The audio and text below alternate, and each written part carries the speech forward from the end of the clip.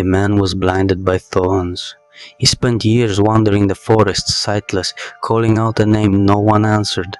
The woman he was looking for had been cast out into a wilderness with two small children, no shelter and no way back.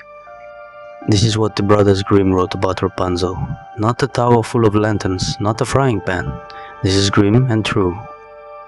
The story first appeared in 1812 in the first edition of Kinder und Hausmärchen. The Grimms drew from all the French and Italian sources, but made the version we have now their own. It begins with a craving. A woman was pregnant. She looked out of her bedroom window into the garden next door, which belonged to an enchantress, and she saw Rampion, a plant with edible roots and leaves. She wanted it so intensely that she became convinced she would die without it. Her husband, frightened, climbed over the garden wall in the night and took some. She ate it. She wanted more. He went again. This time the enchantress caught him. She did not kill him. She offered a bargain instead. He could take as much rampion as he wanted. In return, when his wife gave birth, he would hand over the child. He agreed. When the girl was born, the enchantress appeared and took her away. She named her Rapunzel, after the plant that had set everything in motion. Rapunzel grew up in the enchantress's care. When she was 12, the enchantress locked her in a tower in the middle of a deep forest. The tower had no door and no stairs. There was only one opening, a single small window near the very top. When the enchantress wanted to come up, she stood below and called out, and Rapunzel let down her hair, her long golden hair, and the enchantress climbed up by it, hand over hand. This was the only world Rapunzel knew. A prince was riding through the forest one day and heard singing from the direction of the tower. He could not find an entrance. He came back. He came back again. He watched from the trees until he understood the pattern, until he had learned the words. One evening, after the enchantress had left, he stood beneath the window and spoke. "Rapunzel, Rapunzel, let down your hair." When he climbed through the window and she saw it was not the enchantress, she was frightened. He spoke to her gently. He came back the next evening. She grew used to him. When he asked her to marry him, she agreed.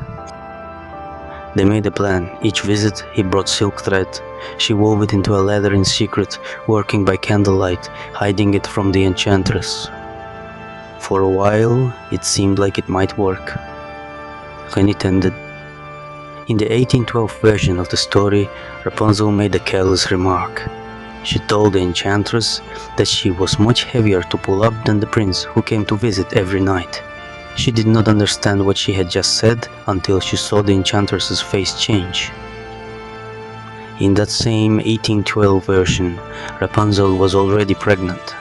She had asked the enchantress, without thinking, why her dress no longer fit properly. Either way, the enchantress knew.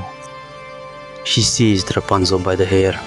She took up a pair of scissors and cut off the braid, all of it, in a single motion. Then she cast Rapunzel out.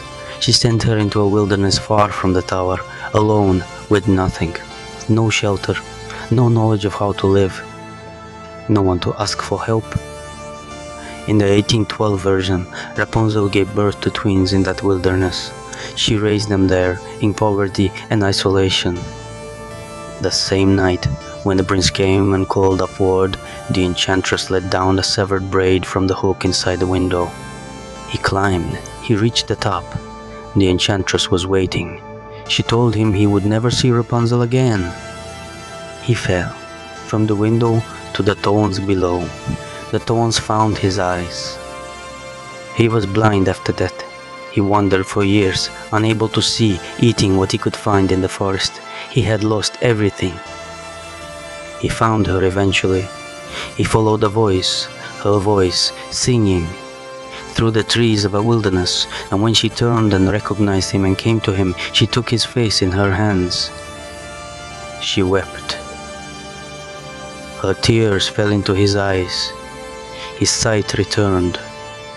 The story ends there, in a clearing somewhere, with two children in the grass and an enchantress nowhere in sight.